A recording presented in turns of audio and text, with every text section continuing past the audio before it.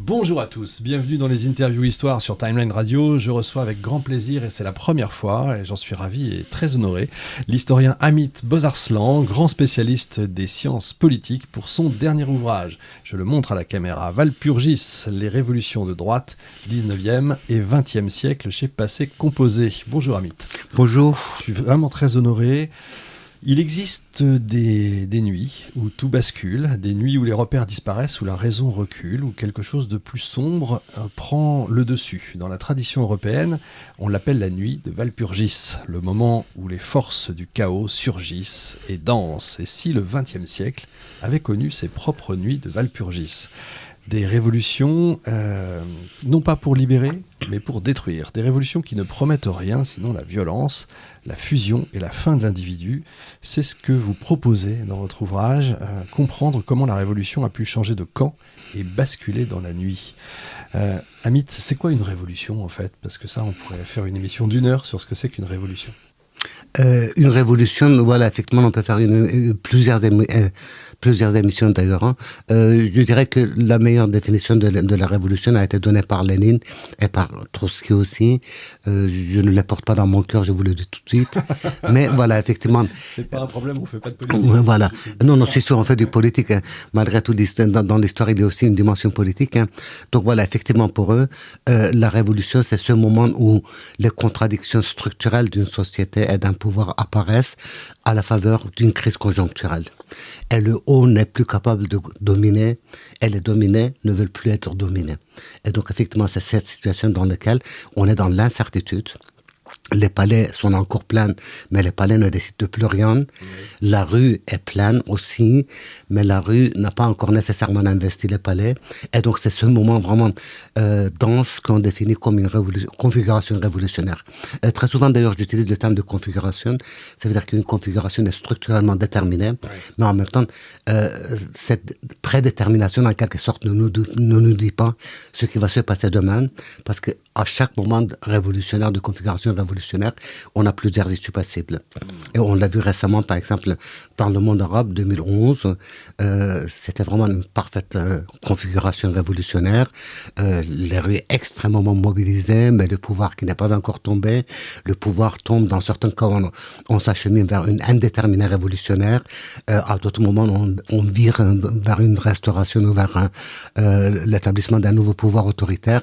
Et dans d'autres cas, on est carrément tombé dans la guerre civile. C'était le cas de la Libye, c'était le cas du Yémen, c'était le cas de la Syrie. Exact. Je dis souvent, c'est souvent pour rigoler, mais en même temps, c'est pas drôle, mais une révolution, ça veut dire aussi un tour complet. C'est-à-dire qu'on revient au même endroit. Ça prend du temps, parfois. Voilà. Effectivement, on revient au même endroit. D'ailleurs, c'est la définition étymologique de la révolution. Ouais. Donc, effectivement, une révolution qui serait dans une linéarité ou qui annoncerait l'inauguration d'une ère nouvelle qui serait en rupture totale avec l'ère ancienne, ne date que de la Révolution française.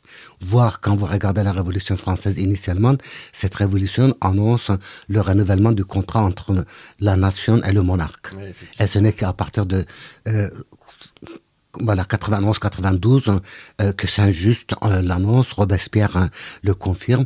Désormais, on n'est plus du tout dans un projet de restauration d'une charte initiale ou d'un contrat initial. On est dans quelque chose d'autre. Et Robespierre le dit, ne lisez pas les livres de politique. Ce que nous sommes en train de faire ne figure dans aucun livre politique. Mais quand vous prenez par exemple la Révolution anglaise est encore très clairement, c'est une révolution très violente. Oui. Et on sait qu'effectivement c'est une révolution de rupture. À vrai dire, il n'y a pas de restauration en tant que telle. Mais l'imaginaire reste encore dans la restauration, alors qu'à partir de la Révolution française, on n'est plus du tout dans la restauration. Exact. Est-ce que il faut des idées qui circulent avant de rentrer vraiment dans votre livre? Est-ce qu'il faut qu'il y ait une circulation d'idées? C'est vrai qu'aujourd'hui on entend, est-ce qu'on est sur une nouvelle révolution à venir, etc. Il y a à la fois 10 000 idées et pas d'idées du tout. Je trouve qu'il y a de moins en moins. D'ailleurs, vous le dites assez, la culture est plus tellement à l'œuvre. C'est vrai qu'il ne faut pas être bac plus 18 pour le savoir, pour le voir. Il n'y a plus d'idées et pas vraiment de leaders, en fait. Voilà, plus d'idées, plus de leaders.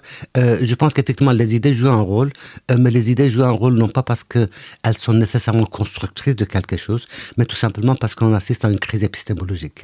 La crise pré-révolutionnaire, c'est une crise des institutions, ça veut dire qu'effectivement, on n'a plus une confiance, disons, spontanée dans l'efficacité des institutions. Et cette crise des institutions entraîne aussi une crise épistémologique, ça veut dire qu'on ne peut plus du tout faire confiance dans les repères, dans le temps et dans l'espace que nous disposons. D'où le fait qu'effectivement chaque révolution est à la fois une surprise, hein, voilà, y compris la Révolution française a été quand même une surprise, alors que les idées circulaient déjà très largement. Et de l'autre côté, chaque révolution est mentalement préparée en quelque sorte. Mais voilà, il n'y a rien de mécanique dans tout ceci. Là aussi, je me réfère à Trotsky. Si les contradictions structurelles d'une société devaient suffire à déclencher une révolution, dans ce cas-là, les sociétés seraient en permanence en révolution, ce qui n'est évidemment pas le cas. Bernard Le Petit évoquait la notion de causalité accidentelle. Dans certains cas, effectivement, la causalité accidentelle peut jouer un rôle. On sait que, par exemple, en Tunisie de 2011, si le prince avait géré la crise autrement, voilà, elle n'avait pas dit qu'il ne se représenterait plus, sans doute la révolution n'aurait pas pris ce rythme. Et on sait aussi que pour l'ancien régime, effectivement, l'ancien régime est accusé de tous les maux. À vrai dire, je crois que ce qui a caractérisé l'ancien régime en France, c'était son aveuglement, sa croyance dans la routine, sa croyance dans le fonctionnement des institutions, y compris monarchiques. Hein. Donc voilà, effectivement, dans ce sens-là, il faudrait dire aussi qu'aucune révolution n'est une fatalité. Et là, je parle effectivement des révolutions de droite. Hein. Aucune des révolutions de droite n'a été une fatalité. Voilà, pour l'historien, effectivement, après, il peut expliquer qu'est-ce qui s'est passé en recourant voilà, au registre économique, social, culturel, politique, tout ce que vous pouvez imaginer. Donc, on peut même proposer une lecture presque structurelle de la révolution, sans pour autant qu'une révolution soit en aucune manière une fatalité. C'est passionnant parce que, comme je vous disais hors micro avant de commencer, au début, quand j'ai pris votre livre, je me disais, mais je ne comprends pas où il veut aller. Il parle de révolution de droite et pas de contre-révolution. Et moi, j'ai toujours appris, il y avait une contre-révolution. À droite, c'était plutôt la contre-révolution. C'est intéressant, ça. Pourquoi pas contre-révolution ? Alors, j'utilise, à vrai dire, aussi le terme de contre-révolution, voire, je dis à un moment donné que... C'est pas l'idée principale. C'est pas l'idée principale. Non, c'est pas l'idée principale. Effectivement, Tocqueville l'avait remarquablement bien saisi, mais déjà, voilà, effectivement, les penseurs réactionnaires comme De Maistre, etc., la restauration est en soi une révolution. Donc voilà, ce qu'on appelle la contre-révolution n'est pas le contraire d'une révolution. Voilà, on disait, ça veut dire qu'effectivement il y a cette volonté d'introduire un élément de brutalisation dans l'histoire pour pouvoir parachever un projet. À quel moment, selon vous, on passe on bascule vers ces révolutions de droite ? Je pense que les prémices viennent vraiment à partir de la révolution de la guerre franco-prussienne de 1870-1871. Parce qu'à partir de ce moment-là, on voit très clairement qu'on n'est plus du tout dans la perspective de l'universalité de genre humain. On n'est plus du tout dans une lecture linéaire qui viserait le progrès de genre humain dans l'avenir.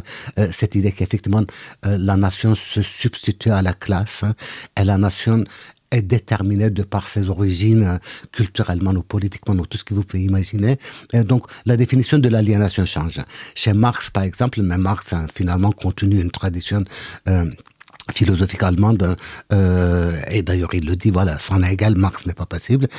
Pour Marx, il s'agit de sortir de statut de an sich, donc en soi, pour devenir für sich, ça veut dire pour soi. C'est déjà chez Kant, donc autrement dit, effectivement, Kant le dit, sortir de son statut de mineur pour devenir majeur. Ça veut dire quoi, devenir majeur? Devenir libre et responsable. Or, du moment où on est dans la révolution de droite, dans une révolution de droite, on sort de cette perspective de für sich pour soi, pour revenir en sich, ça veut dire effectivement une nation qui sera déterminée pratiquement organiquement à sa conception. Et je pense qu'il ne faut pas non plus oublier que On est dans une période où les connaissances scientifiques explosent, mais ces connaissances scientifiques permettent aussi une certaine perversion. Le darwinisme social joue un rôle absolument central. Le darwinisme social, c'est quoi? Le darwinisme social, finalement, c'est la perversion de la théorie de l'évolution de Darwin. Et le darwinisme social considère les sociétés ou les nations comme des espèces en guerre les unes contre les autres. Et donc, en partant de là, on peut facilement récupérer une partie de l'appareil conceptuel du marxisme. Ça veut dire la lutte, la notion de la lutte. Mais cette notion est transposer en quelque sorte du domaine des classes, des rapports de classe, vers le domaine des rapports de nation. Oui, j'adore. J'espère que nos auditeurs ne nous écoutent pas dès le matin au café, parce que il faut prendre son temps pour lire le livre. Je m'y suis repris à 2 fois. Il faut vraiment avoir la tête reposée, parce que ça vient souvent contredire ce qu'on pense, en fait, ce qu'on pensait. Moi, j'ai toujours pensé que la Révolution française, par exemple, n'était pas forcément de gauche au départ. Elle est plutôt venue de la haute bourgeoisie, voire d'une certaine partie de la noblesse, qui était quand même pas à gauche. Après, elle a été récupérée. Et vous avez l'air de dire qu'ensuite, il y a eu une espèce de basculement. La droite s'est appropriée, en fait, le concept des idées de la gauche. Absolument. Je pense que là, c'est vraiment quelque chose qu'on peut observer très clairement à partir de 1870. Non seulement le terme de socialisme est récupéré, donc voilà, chez Barrès, voilà, chez les nazis, mais avant même d'arriver chez les nazis, voilà, Barrès, Maurras, etc. C'est très clairement, voilà, si on arrivait à enlever au socialisme son aspect de classe et son aspect internationaliste, eh bien le socialisme nous irait très bien. Donc il y a effectivement cette récupération de l'idée de socialisme, mais commençons par l'idée de la nation. La nation, initialement, est une idée de gauche. Absolument. La nation, c'est effectivement un peuple qui s'oppose à son souverain, et la nation, c'est cet espace de citoyenneté qui se crée. Or, à partir de 1870, on voit comment, voilà, les choses s'inversent en quelque sorte. Donc, on est vraiment en face d'un phénomène d'inversion. La nation devient organique et non pas ne décrit plus cet espace de citoyenneté.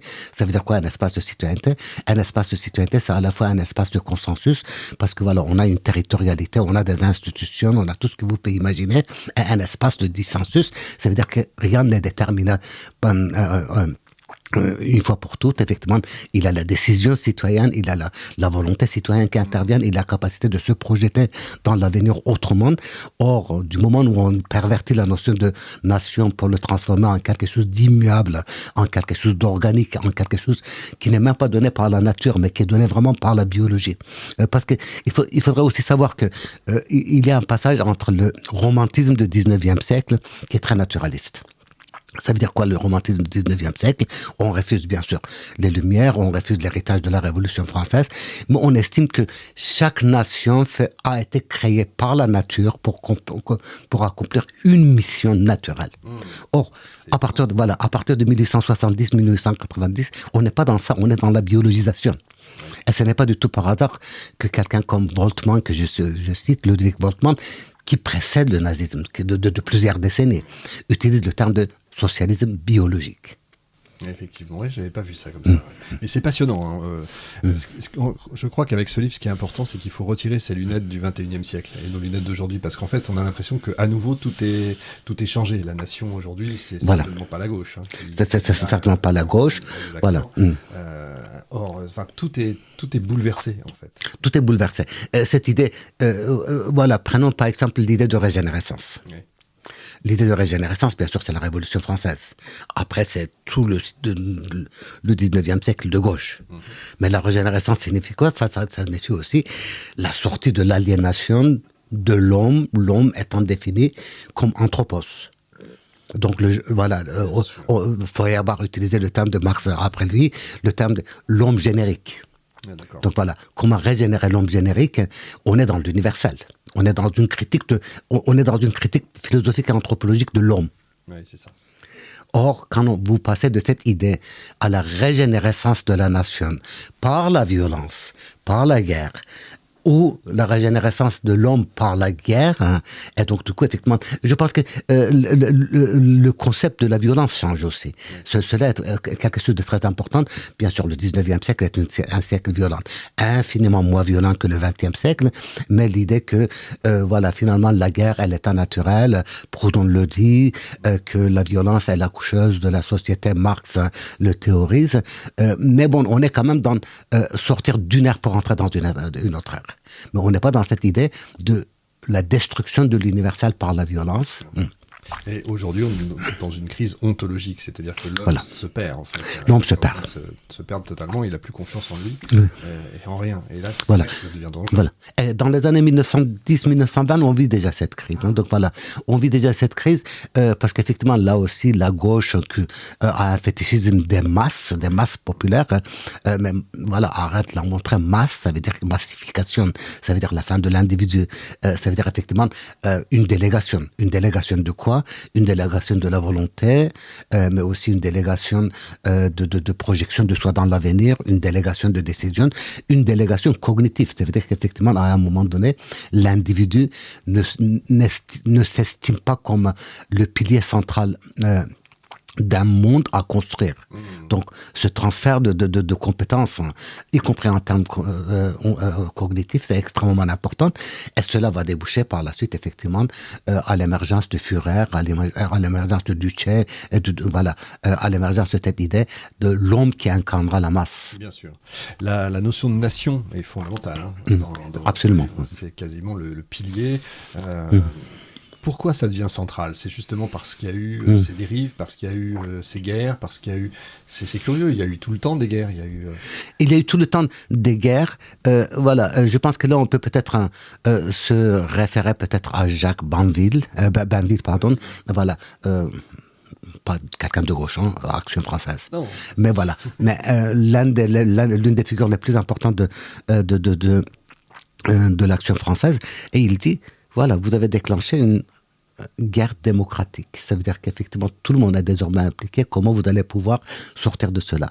Avant, bien sûr qu'il y avait la guerre, y compris les guerres de l'Ancien Régime, se pensaient comme les guerres de la nation à un moment donné. Mais qui a représenté la nation ? Finalement, c'était le régime, l'Ancien Régime lui-même, éventuellement une aristocratie, etc. Il n'y avait pas cette idée que l'individu ou le sujet, puisqu'on n'a pas de citoyen encore, le sujet est en charge de la violence de la nation. Voilà. C'est en ça aussi que c'est passionnant. Tous ces mouvements rejettent la notion d'universalisme, finalement. Absolument. Il y a un retour sur soi, alors qu'aujourd'hui, c'est encore une fois l'inverse. C'est-à-dire qu'on repart sur la... Il y a une notion de balancier. On sent le balancier, le fameux balancier de l'histoire. Voilà. On se reprend en général dans la tête. Oui. Aujourd'hui aussi, je pense qu'effectivement, on a quand même pas mal d'éléments qu'on peut comparer avec les années 1920 et 30. Malheureusement, bien sûr, le contexte est très différent. Je le précise bien dans le livre, les années 1920 ne peuvent pas se comprendre sans l'effondrement civilisationnel de la Première Guerre mondiale. Aujourd'hui, on n'en est pas du tout dans ça. Mais dans les années 1920 et 30, apparaît l'idée, dans un deuxième temps, que ce n'est pas l'État qui est l'acteur principal de la politique internationale, c'est la nation. Ouais. Ce sont ses intérêts qui déterminent. Voilà, Hitler le dit très clairement, il faut écraser, anéantir le système de Westphalie. Le système de Westphalie, c'est quoi ? C'est le traité de Westphalie de 1648, qui en termine avec les guerres de religion en Allemagne. La moitié de la population allemande a disparu pendant la guerre de 30 ans, de 1618 à 1648. Et donc, pour Hitler, cette idée que l'humanité se compose des États souverains est quelque chose qui n'est absolument pas acceptable. Et donc, c'est pas l'État allemand qui va créer son Lebensraum, son espace vital, en éliminant non seulement les Juifs, mais aussi les Slaves. C'est la nation allemande, voire c'est la race aryenne. Et aujourd'hui, quand on voit effectivement un Poutine qui dit que la Russie n'a pas de frontières, et ce n'est pas l'État russe, c'est la nation russe qui intervient sur la scène internationale, voire qu'un Trump qui dit l'Amérique a besoin de Groenland, donc c'est pas l'État américain, c'est la nation américaine qui a besoin de Groenland. Donc là, je crois que là, effectivement, il y a ce mouvement de balancier. Ne soyons pas dans un état de panique. On n'est pas, voilà. Et c'est pas la troisième guerre mondiale qui commencerait ou qui aurait déjà commencé. Mais effectivement, ces parallèles sont intéressants. Mais est-ce que justement, la différence sur un siècle, elle est énorme, hein, cette différence, évidemment, ça ne peut pas être la même chose. Malgré tout, j'ai l'impression qu'à l'époque, effectivement, la nation était quelque chose d'important. Et aujourd'hui, c'est vraiment l'inverse. C'est-à-dire que quand on voit que... pardon, on sort du livre. On est dans le sujet, mais quand on voit que les gens n'ont plus confiance dans l'État, ils n'ont plus confiance dans la monnaie, puisqu'ils partent, ils vont sur les monnaies numériques, là, oui, le Bitcoin. Bitcoin et consorts, donc ça c'est quelque chose de très important. De plus en plus on va vers des entreprises privées plutôt que vers l'État. Voilà. On est dans un autre domaine, mais qui s'est passé plutôt il y a 2000 ans. C'est-à-dire c'est plutôt la fin de l'Empire romain. C'est la fin de l'Empire romain, mais n'oublions pas qu'effectivement déjà en 1912-1913, on pensait que l'économie était tellement intégrée et désétatisée désormais qu'on ne pouvait plus avoir une guerre en Europe. Le livre de Norman Angell sort en 1910, la traduction française en 1913, qui dit que l'économie européenne est désormais tellement indépendante des États et des nations qu'il n'y aura pas de guerre de nations. Un an après, c'est l'effondrement. Donc voilà. Et je crois qu'effectivement, je suis tout à fait d'accord avec vous. Et en même temps, j'apporterai peut-être une ou deux nuances. La carte du monde est devenue beaucoup plus complexe. Oui, voilà. Et effectivement, quand on regarde la Russie, quand on regarde la Turquie, les guerres qu'ils font, c'est les guerres au nom de la nation. Oui. Voilà. C'est au nom de l'intérêt de la nation turque que Erdogan va attaquer le Kurdistan syrien, par exemple. Où la Russie va attaquer l'Ukraine. À d'autres moments, je crois qu'effectivement la nation est extrêmement affaiblie parce que l'État est affaibli, et en même temps, il y a cette demande de nation qui formule notamment les mouvements de souverainisme ou de droite radicale. Ça veut dire une sorte de repli total sur soi. Dans les années 1910-20, on était dans l'idée de l'extension de la nation. La nation italienne devait avoir le droit de construire son empire. Okay. Roma doma, Rome doit dominer. Ouais, voilà. Ou, dans le cas de l'Allemagne nazie, c'est très très clair. Désormais, le nouveau nomos de la Terre, donc la loi de la Terre, c'est la loi de l'espèce biologique qui est forte et qui a le droit de dominer. Aujourd'hui, j'ai l'impression qu'effectivement, dans pas mal d'endroits, on est beaucoup plus, notamment en Europe, les nationalismes en Europe, qui sont quand même très forts, ce sont des nationalismes de repli et non pas d'expansion. Alors qu'en Turquie ou en Russie, vous pouvez parfaitement avoir encore ces nationalismes d'expansion. Évidemment, oui. Aujourd'hui, on est beaucoup sont en recherche de papa et maman, quelque part. Oui. On a besoin de repères, on a besoin d'être guidé, mais c'est pas de mal à veille, évidemment. Pourquoi, quand on voit le niveau culturel des uns et des autres, pourquoi il y a cette violence toujours structurante dans ces révolutions ? C'est toujours par la violence. Alors, c'est toujours par la violence, mais je ne le développe pas dans ce livre, mais je l'avais développé dans 2 ou 3 autres ouvrages consacrés sur la révolution. J'avais fait une typologie des révolutions en 3 catégories. Donc effectivement, la révolution eschatologique est pour moi la révolution française dans sa deuxième phase, la révolution d'octobre, si c'est une révolution, et définitivement la révolution iranienne était eschatologique. Eschatologique, ça veut dire quoi ? Délivrance. Oui. Voilà. Essayer de réaliser la délivrance soit de la nation, soit de l'islam, soit du genre humain, une fois pour toutes, créer un homme nouveau, créer une ère nouvelle. J'avais introduit aussi une deuxième catégorie qui était les révolutions partisanes, la révolution maoïste, clairement correspondant à cette révolution. Ça veut dire on investit chaque minute d'une lutte longue en ressources de conquête de territoire. On crée un nouveau système. Et puis, il y a le troisième type de révolution, le troisième type de révolution qui, pour moi, sont des révolutions démocratiques. Voilà, 1848, à vrai dire, voilà, c'est une révolution démocratique à l'échelle européenne.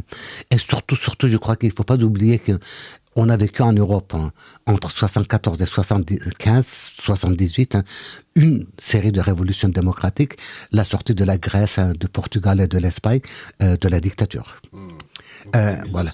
Voilà, 1974, 1975, 78. Je les appelle révolution. Bien sûr, il n'y a que le Portugal qui a appelé son expérience de révolution des œillets. Mais en réalité, on est vraiment en face d'une révolution démocratique. Révolution démocratique, ça veut dire quoi? Ces révolutions qui veulent intégrer la société démocratique, bourgeoise, libérale, qui ont critiqué tant. Autrement dit, on ne bouleverse pas les institutions. Au contraire, les institutions ont perdu en quelque sorte leur sens dans leur fermeture. Les institutions savent effectivement qu'elles ne peuvent plus du tout diriger la société en tant que telle. Les classes moyennes émergent avec une très grande force. Et donc, du coup, on sort de la dictature en démocratisant la société.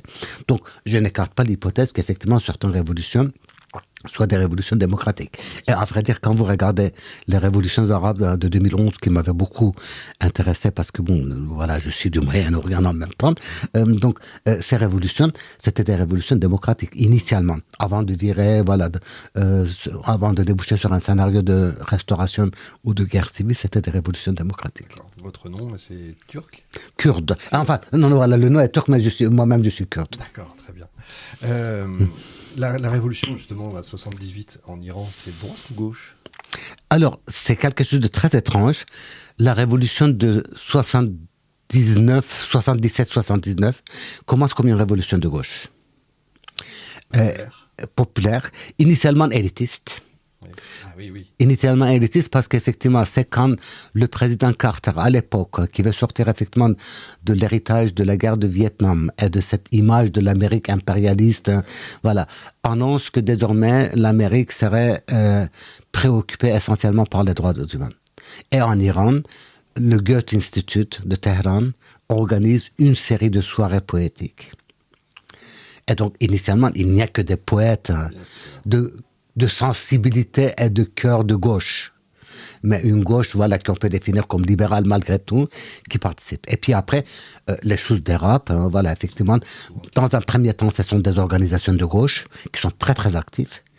Et puis, ce n'est que dans un troisième temps que les bazaris, donc vraiment les commerçants de bazar, de Téhéran notamment, mais aussi des autres villes, et le clergé s'invite sur la scène. Et c'est avec leur entrée sur scène que la révolution désormais dispose de ressources humaines en quelque sorte, mais aussi financières considérables. Mais cette entrée en scène fait aussi que la révolution devienne extrêmement conservatrice de droite. Oui, d'accord.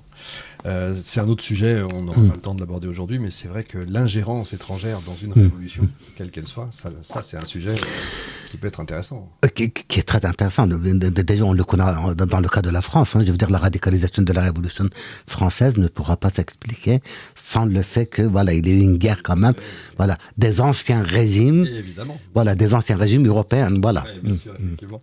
On est bien d'accord.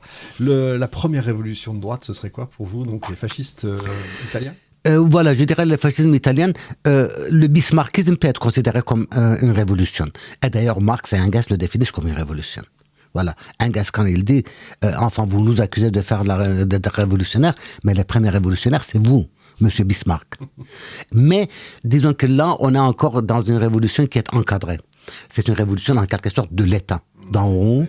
Et c'est une révolution qui vise à encadrer effectivement la jeunesse. Il y a une paramilitarisation de la jeunesse. Il y a une mainmise sur la classe ouvrière qui devient très évidente. Après la première révolution, je crois que c'était très clairement l'Italie. D'accord. Le nazisme, c'est une radicalisation ou c'est une rupture? Je pense que dans les deux... je pense que les deux. Les deux parce que... on a en physique, je ne suis pas du tout physicien, donc voilà, mais on a en physique la théorie de bifurcation. Oui. Et c'est quoi une bifurcation? Une bifurcation, c'est la radicalisation d'un processus qui ne peut déboucher que sur une rupture radicale. Vous ne pouvez pas continuer un processus en l'accélérant à l'infini. Le processus ne peut plus tenir. Les dynamiques de processus changent, il y a d'autres dynamiques qui interviennent, il y a des effets incomptés sur lesquels on ne pouvait pas anticiper qui émergent. Et donc, du coup, je crois qu'effectivement, le nazisme peut être défini aussi comme une bifurcation d'un courant qui existait déjà, mais qui est devenu exacerbé à la suite de la défaite allemande pendant la guerre. Bien sûr. Voilà. Donc ça veut dire que c'était inéluctable? C'était pas inéluctable. Ce n'était pas inéluctable parce qu'on sait par exemple que la classe politique allemande aurait pu agir autrement. Initialement, les nazis ne sont que 19 ou 20, hein. Donc voilà, y compris en 1923, lisait Kessler. Kessler définit Hitler comme un charlatan. Tout le monde définit Hitler comme un charlatan. Et d'ailleurs, Hitler, pendant 7 ans, n'a pas de... il se bat jusqu'à 1929 pour obtenir la nationalité allemande. Oui, il n'a pas la nationalité allemande.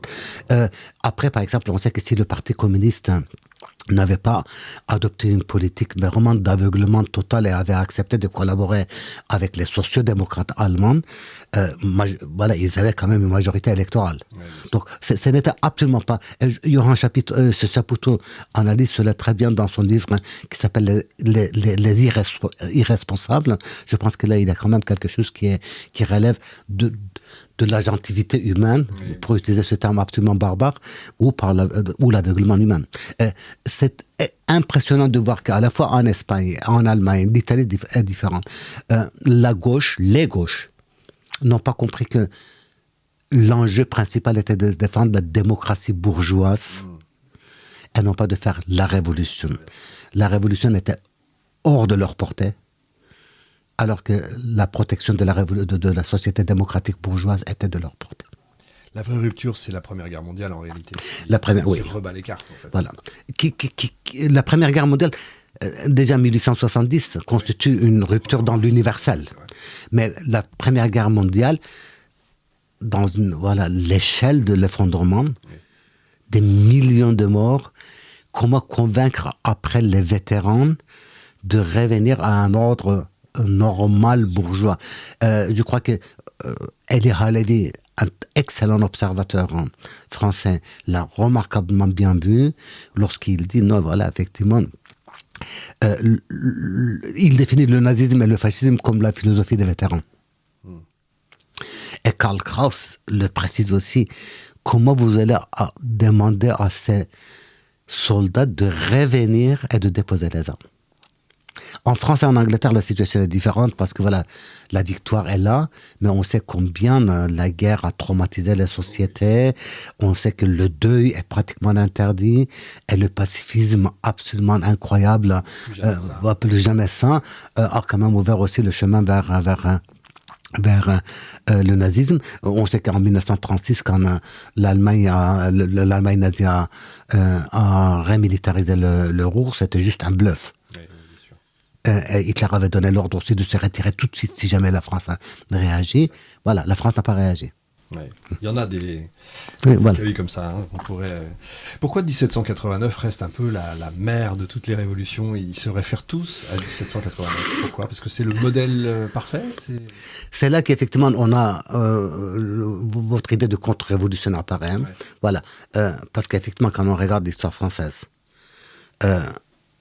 le 19e siècle français, c'est pas un siècle révolutionnaire. Certes, il y a 1830, 1848, voilà, 1870, mais l'ordre est conservateur. C'est comme si, effectivement, la Révolution française avait constitué une sorte d'étalon. Étalon dans les deux sens. D'abord, en tant qu'origine, la révolution bolchevique, effectivement, s'attache à cette révolution. Et puis le reste, effectivement, cette idée de société de citoyens. Cette idée de société non déterminée, cette idée de société qui se projette dans l'avenir. Otto Bauer, que je cite dans l'ouvrage qui est Jeune Hegelian comme Marx, dit que c'est par la Révolution française qu'on a compris que ce qui comptait dans l'histoire, c'était pas le sang, mais la sueur. Ça veut dire l'homme qui travaille, l'homme qui se construit. Bien sûr, on sait combien la Révolution française a été sanglante. Ah oui, mais voilà, mais lui, il a retenu cette idée que c'est par la Révolution française qu'on a tenu, on est passé à cette anthropose qui doit se déterminer par la sueur. Mais c'est curieux parce qu'il y a la Révolution américaine avant quand même qui pose les bases de la citoyenneté, qui pose toutes les bases. Et que la Révolution française, en tout cas les droits de l'homme, etc., tout vient de la déclaration américaine. Voilà. tout vient voilà. La mère de la mère, La mère. c'est la vraie. Mais voilà, Hannah Arendt le constatait déjà, donc voilà, en disant comment ça se fait que cette révolution pacifique, qui n'a pas été si pacifique que ça, malgré tout en Amérique, soit considérée comme finalement un fait divers, historique. C'est ça, c'est exactement ça. Alors que la Révolution française est la mère des révolutions. Je pense qu'effectivement, c'est le cœur de l'Europe. Ah, oui. Voilà, le cœur le cœur de l'humanité. Je veux dire, bas à l'époque, non pas en Amérique. Les États-Unis, c'est quelques 13-14 millions de personnes quand on accède à l'indépendance. La Première Guerre mondiale pour que ça change. Voilà, c'est à partir de la Première Guerre mondiale qu'effectivement, même pendant la guerre de sécession, l'Amérique n'a 31 millions d'habitants. C'est rien du tout. Voilà, c'est rien du tout. Et surtout, ce décentrement total. Oui, cette idée que l'Amérique, malgré tout, c'est une extension de l'Europe et non pas l'Europe. oui, bien sûr. Et je crois qu'effectivement, l'Amérique, là, je crois que Tocqueville l'a remarquablement bien vu, l'Amérique pense son histoire comme une histoire ab nihilo. Ouais. Tocqueville dit, attention, c'est faux. Et Tocqueville dit aux Européens, vous pensez que l'Amérique représente votre enfance, vous vous trompez, l'Amérique représente votre vieillesse. Et je pense que c'est quand même quelque chose qu'il faudrait vraiment voilà. Mais il n'en reste pas moins que pour l'Amérique, effectivement, il n'y a pas d'aristocratie, il n'y a pas d'ancien régime. Tout est possible à construire. Bien sûr. Alors qu'en France, eh ben non, il faut renverser. On a un petit côté Frankenstein, on a un Voilà. monstre. En fait. C'est une horreur. Voilà. Est-ce qu'on peut parler d'une religion politique dans ces révolutions ? Inévitablement. Soit la religion, parce que quand vous prenez l'Espagne très catholique de Franco, la religion est quand même omniprésente. Oui, et la révolution franquiste se considère en quelque sorte comme une nouvelle reconquista catholique. Pour Salazar, c'est absolument clair. En Italie, il y a une détestation profonde du christianisme. En Allemagne, encore plus. Mais on sait qu'effectivement, en Italie, on essaie de créer une spiritualité fasciste. Il y a un culte des martyrs, un culte du prophète. Il y a même une académie qui est créée en 1943 de spiritualité nazie, fasciste. Et en Allemagne, c'est aussi très clair. Je veux dire, voilà, bientôt c'est Pâques. Hitler, quand il dit notre Pâques à nous, ce sera le pacte de renouveau de la race aryenne. Oui, c'est ça, ouais. Est-ce que, on parlait de rupture avec la Première Guerre mondiale, les crises du libéralisme, ça a dû jouer aussi beaucoup. Oui, absolument. C'est un point supplémentaire. Voilà. Or, ça devrait être justement une rupture de gauche. Ça devait être une rupture de gauche. D'où tout le paradoxe que Raymond Aron a vu, que François Furet a très bien saisi, que Foucault l'a saisi. Le marxisme ne pouvait apporté un éclairage que sur le 19e siècle libéral.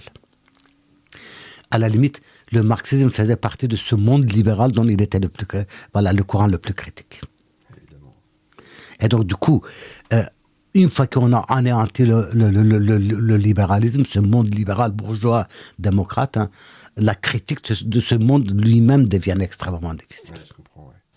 Aujourd'hui, selon vous, on est vers des formes de révolution de droite ou quand on voit certains partis, plutôt gauche, voire extrême gauche, ont plutôt comment je pourrais dire, des habitudes plutôt fascistes? Ou est-ce qu'on a les deux extrêmes? On a en tout cas, bon, je dirais malgré tout, voilà, c'est quand même beaucoup plus la droite un peu musclée qui se pointe. Ah oui. Voilà. Voilà. C'est l'inverse. Non. Voilà, parce que tout simplement, quelque chose comme le trumpisme, c'est quand même saisissant. C'est-à-dire Saisissant parce qu'effectivement, voilà, une égocratie, ça veut dire l'idée de l'homme qui incarne, l'idée de l'homme qui n'est pas tenu par la loi, l'idée de l'homme qui incarne la nation, la bonne nation, contre les éléments aliénés. Donc non, je pense que là, il y a vraiment quelque chose qui apparaît. Après, je crois que les mouvements de gauche radicale qui pourraient être révolutionnaires, j'ai beaucoup lu le Comité invisible. Le Comité invisible, voilà, ne peut pas mobiliser 10 000 personnes dans les rues. D'accord. Voilà. Mais je pense qu'effectivement, vous pouvez avoir cette gauche ultra-radicale qui peut être une sorte d'élément de trouble épistémologique. Ah, ok, je comprends. Je comprends ce que vous voulez dire. On est plutôt sur une ère populiste, en fait. Le reste que vous disiez. Voilà. Voilà. À la limite, je dirais que peut-être même le terme de populisme ne suffirait pas. Ah, oui. On a beaucoup de mal à définir. Voilà, il y a une crise de concept. Hein. Et voilà, on utilise le terme d'autoritarisme démocratique, on utilise le terme de démocratie illibérale. Le terme de démocratie illibérale a été déjà utilisé par Pierre Rosanvallon pour définir le bonapartisme en France. On utilise effectivement l'autoritarisme électoral, etc. Et je crois qu'il ne faut pas supprimer cette polysémie parce que ça veut dire qu'effectivement on est en face d'une situation qu'on ne décrit pas, on n'arrive pas à décrire. Donc il y a une crise conceptuelle qu'il faut assumer parfaitement. Mais cette crise conceptuelle existait aussi dans les années 1920 et 30 parce que définir ce que les contemporains observaient, c'était pas évident. Et là, je cite par exemple deux auteurs qui essaient de définir le fascisme. Chaque fois, il leur faut une page, voilà, une phrase d'une page, pour dire, mais enfin, là, on a quelque chose de neuf qu'on ne comprend pas. Et je crois qu'effectivement, là aussi, ça peut être très intéressant de retourner au texte de Elie Halevi et Raymond Aron des années 30, quand Elie Halevi dit, voilà, effectivement, il y a à la fois quelque chose de très démocratique dans le sens de plébiscite, dans le sens de participation. Ça veut dire démocratie à l'ancienne, en quelque sorte. Et de l'autre côté, on n'est plus du tout dans une ère juste de dictature, on est dans quelque chose d'au-delà, on est dans l'ère de tyrannie. Ou quand Raymond Aron dit, bon, ben, effectivement, on est habitué à l'idée de la révolution émancipatrice, là on est peut-être dans la révolution d'asservissement. Oui, c'est ça, exactement, je suis assez d'accord. Mais douce, en fait, il n'y aura pas forcément de violence. J'ai l'impression que presque, quand je parlais de papa et maman, on cherche un guide, on cherche quelqu'un qui nous serre un peu la vis. En fait, on va la demander, cette tyrannie. On va le demander. On ne va pas pouvoir assumer le poids extrêmement lourd d'être citoyen. Oui, c'est ça. Ah, c'est incroyable, ça, c'est étonnant. Ça veut dire que la démocratie n'est pas forcément menacée, elle est plutôt contestée, et de plus en plus contestée, et on se choisira un chef, que ce soit un homme ou une femme, peu importe, droite-gauche, c'est pas la question, mais on va le demander. On va le demander. Et on sera content. On sera content jusqu'à ce que, voilà, effectivement, après, c'est l'effondrement en Italie, je veux dire, la guerre, quand même, c'est le nazisme, bien sûr. Voilà. Mais on va le demander au point de prêter le serment d'obéissance ultime. Oui, c'est ça. Je veux dire, c'est quelque chose qui, pour nous, voilà, c'est Orwell. C'est ça. Voilà, c'est quelque chose qui nous dépasse, mais absolument. Comment un citoyen peut prêter un serment? On peut prêter ce serment éventuellement à sa compagne, son compagnon, pour dire, voilà, je t'aimerai à vie. Mais là, j'obéirai à Hitler, au Führer, jusqu'à la fin. Alors, ça prendra peut-être pas cette forme-là. Si, ça précède. Selon vous ? Oui. Ah oui. Et c'est ce qui explique qu'effectivement, beaucoup de généraux ont refusé de se révolter contre Hitler. Jusqu'à 1945. Oui, c'est vrai. Ouais. D'accord. Ça promet d'être joyeux, cet avenir. Comment les révolutions vont changer, selon vous ? Est-ce qu'elles, jusqu'au bout de l'humanité, ce sera toujours le même cycle, la même façon d'être ? Des révolutions de gauche, des révolutions de droite ? Nous ne le savons pas, bien sûr. Nous ne le savons pas. À quoi rassemblera le monde des années 2030 ? On n'a aucune idée. Quand on est sorti de la guerre froide, donc on est entre 1985 et 89-90. Francis Fukuyama, donc c'est ce grand philosophe américain qui se présentait en tout cas comme un grand philosophe, avait annoncé finalement qu'on était arrivé à la fin de l'histoire. Ça veut dire quoi, la fin de l'histoire ? Ça veut dire qu'effectivement l'histoire, après des dédales incroyables, avait fini par accomplir la mission pour laquelle elle avait existé. Et cette mission était l'accomplissement ou l'instauration du monde démocratique, libéral et bourgeois. Et Fukuyama disait, ne vous inquiétez pas, certes il y a eu beaucoup de catastrophes, les génocides, mais bon, c'est de notre bas de page, hein. Et puis la Chine va bientôt intégrer aussi ce monde démocratique, libéral, bourgeois. Bon, après il est revenu sur ces déclarations, plus de 10 fois qu'une. Mais voilà, en 85-90, on aurait pu être effectivement dans cette lecture du monde. Et pour Fukuyama, il ne s'agissait pas uniquement d'anéantir le communisme, mais d'anéantir l'histoire européenne du 19e, 20e siècle, ces tensions, ces guerres nationalistes, ces passions nationalistes. Aujourd'hui, on voit qu'effectivement, voilà, tout ceci n'est pas épuisé. Voilà, les ingrédients qui pourraient éventuellement donner naissance à une révolution ne sont pas épuisés. Pierre Rasner l'avait vu, le rôle des passions, et il l'avait dit dans ses débats avec Fukuyama, en disant voilà, effectivement, la notion de colère, la notion de la peur, la notion de volonté de revanche, tous ces facteurs-là sont très importants. On ne peut pas lire l'histoire dans une perspective téléologique qui déboucherait sur voilà. Alors moi, je suis pas forcément toujours d'accord avec vos conclusions, parce que moi, je pencherais plutôt pour un encastellamento, encastellement, je sais pas comment on dit en français, un retour vers les châteaux forts de l'époque Moyen-Âge. Voilà, évidemment, on va pas construire des châteaux forts, mais c'est-à-dire un repli local. C'est-à-dire, je penche plutôt pour une explosion des nations. Je ne crois plus... un peu comme l'univers, hein. Plus ça s'étend, plus ça explose. Les empires n'ont jamais continué extrêmement longtemps. Ils ont explosé toujours quand ils sont devenus trop grands. Je pense que l'Europe est ingouvernable. Déjà la France, mais alors l'Europe, enfin bon, n'en parlons pas. J'ai l'impression qu'on va plutôt revenir au local, qu'on ne peut pas se battre contre les États-Unis technologiquement parlant parce que ils sont trop forts, mais quand je vois par exemple que la région Bourgogne fait ses propres serveurs numériques et ils travaillent entre eux et c'est très bien et je trouve ça très malin. Moi, je penche plutôt pour ce genre de choses. Nous ne savons pas. En tout cas, moi je ne sais pas. Moi je ne sais pas, mais vous avez cité effectivement une région, ça veut dire qu'on est déjà dans l'infranational. Oui, c'est ça. C'est ça. Ça veut dire qu'effectivement, on n'est même pas au niveau de la nation, mais on est au niveau de l'infranational. Voilà. Je crois qu'il y a une crise du politique, qu'il y a une crise de gouvernance à l'échelle nationale. C'est évident, on l'observe partout en Europe.